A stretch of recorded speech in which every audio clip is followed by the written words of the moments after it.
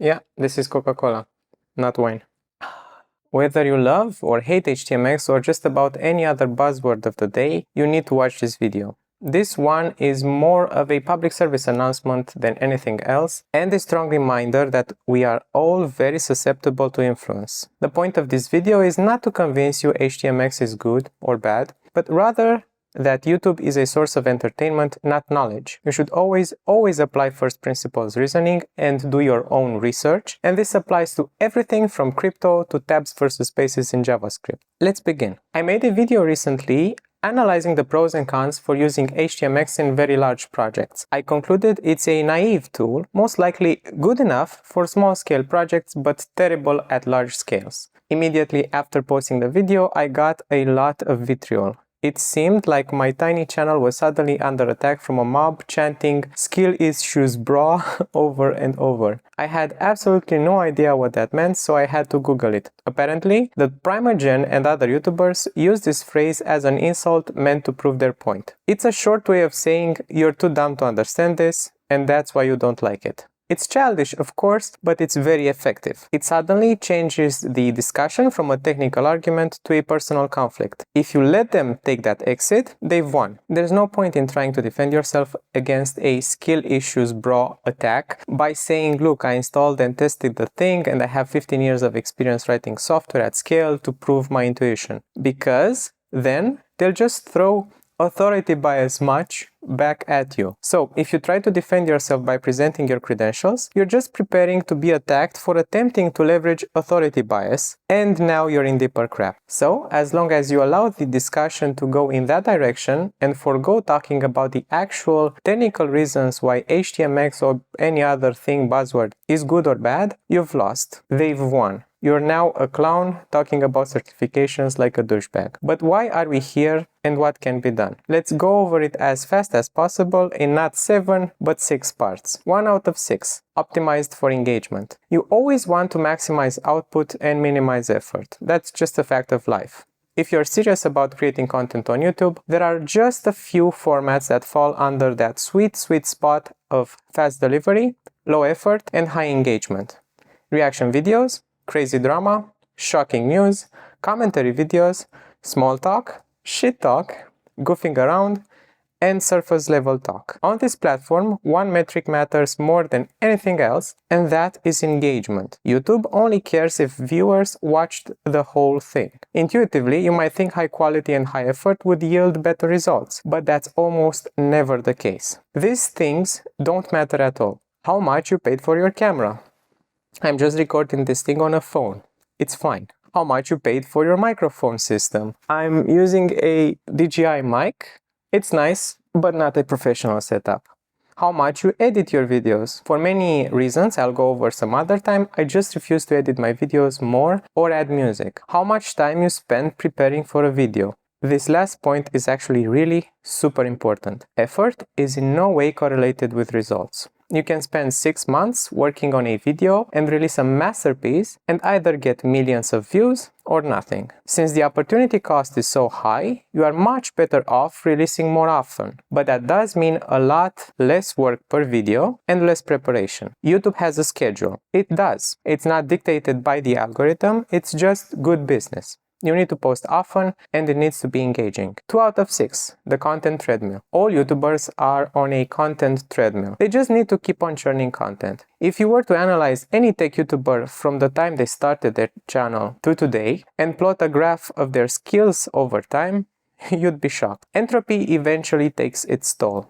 Father Time is never gentle with any of us. There are just 24 hours in a day, and the reality is that you can rely on your PHP 5 skills for just so long until they're no longer relevant. The time you spend working on your YouTube content, which needs to be engaging above all else, remember, is time you're no longer spending improving your skills, learning new tools, and experimenting with edge cases. Your average ex-tech lead may still be an absolute beast in terms of technical skills, but if you compare them today with their former selves, well, that's a sad story. The Content Treadmill forces technical YouTubers to move fast, to have knee-jerk reactions, to emote, to say, yeah, that's nice, or no, that's poo-poo, or skill issues bro, to laugh hysterically at the camera sitting home alone in the dark. The Content Treadmill forces YouTubers to rely more on their intuition than facts, and that intuition gets eroded with time by entropy, because acquiring those insights from experimentation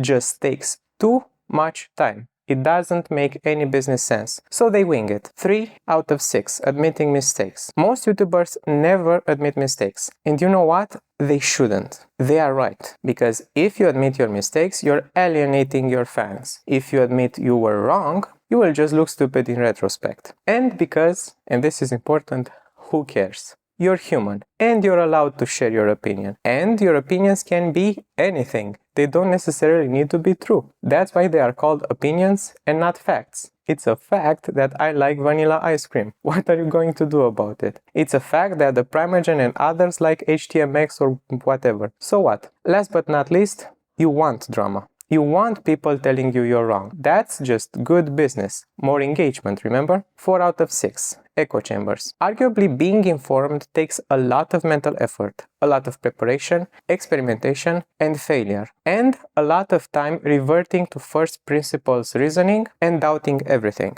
How much time is required to truly grasp something depends on many factors: your experience in the field, available resources, the learning curve, etc. For HTMX and similar super simple libraries, you probably only need a few hours to master it. For React, maybe a week or two. For Angular, maybe a month or two. That learning curve is hella steep. For Vim, maybe a lifetime. You look at HTMX and you like it because it's, quote, simple. It just clicks, so to speak, almost instantly, and you get a surge of dopamine, that nice feeling of instant competence, dopa rush. Hence the cap with dope. Now it's time to get on that treadmill.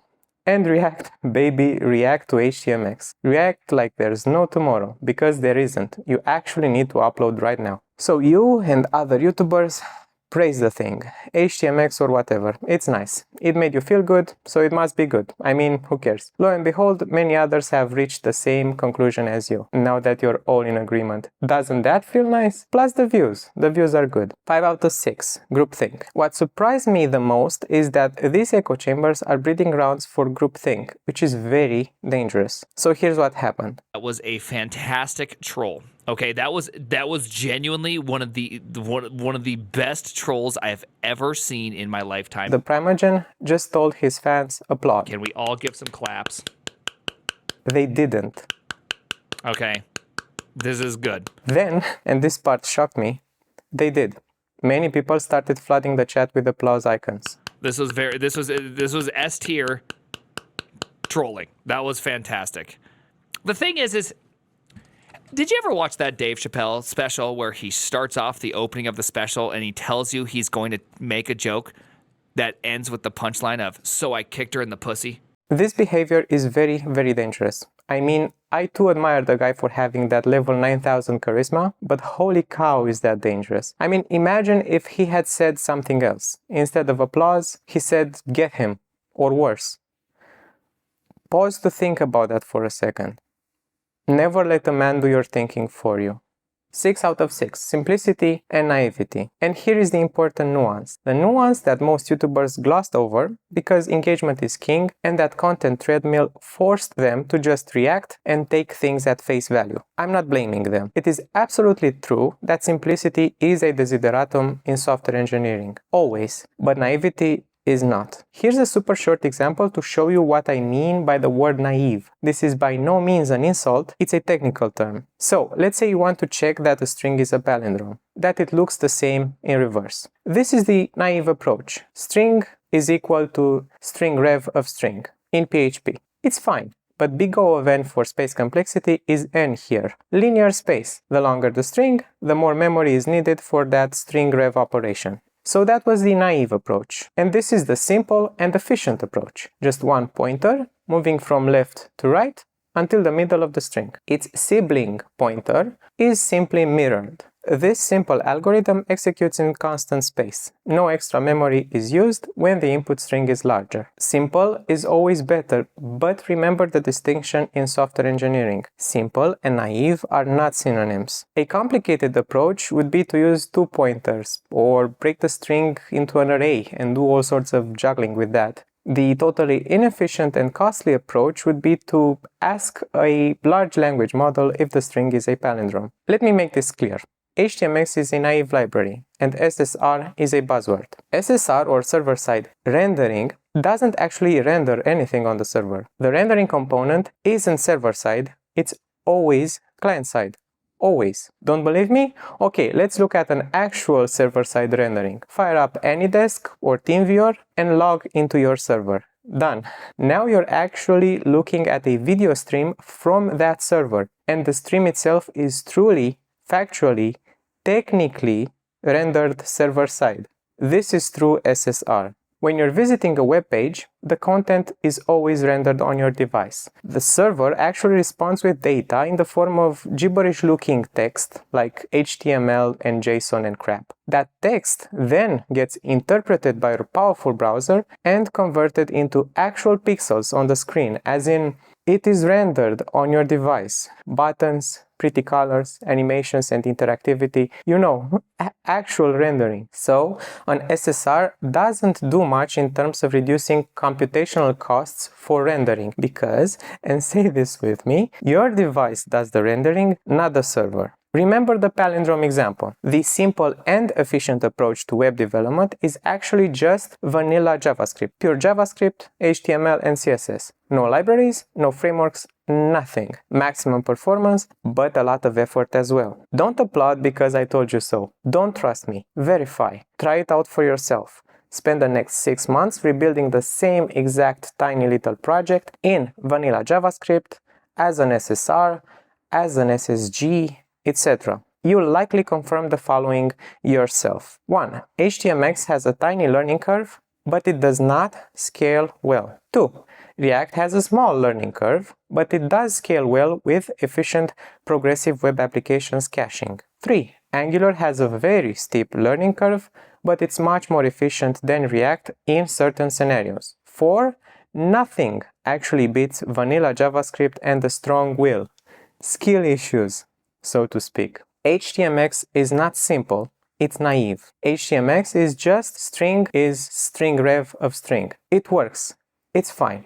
It's super fast for small enough inputs, but it's by no means a simple or efficient tool at scale. I get why YouTubers make that confusion, and I understand this at a human level. They are forced to make an opinion on the spot. Simple, naive, what's the difference, right? Who cares? Upload that video, off to the next reaction, and never change your mind. I get it. I don't expect the Primagen and others to ever admit HTMX is naive, and that a naive approach has its drawbacks. Their intuition is correct, and most viewers won't ever get a chance to test HTMX's naivety in truly large projects. And even if they do and they discover it's not working well, so what? More comments means more engagement. That's great. I don't want to change your mind regarding HTMX. That's not my goal here. You do you. I'm not going to slap that ice cream cone from your hand just because it's not my favorite flavor. My goal here is simply to make you think twice about uploading on command.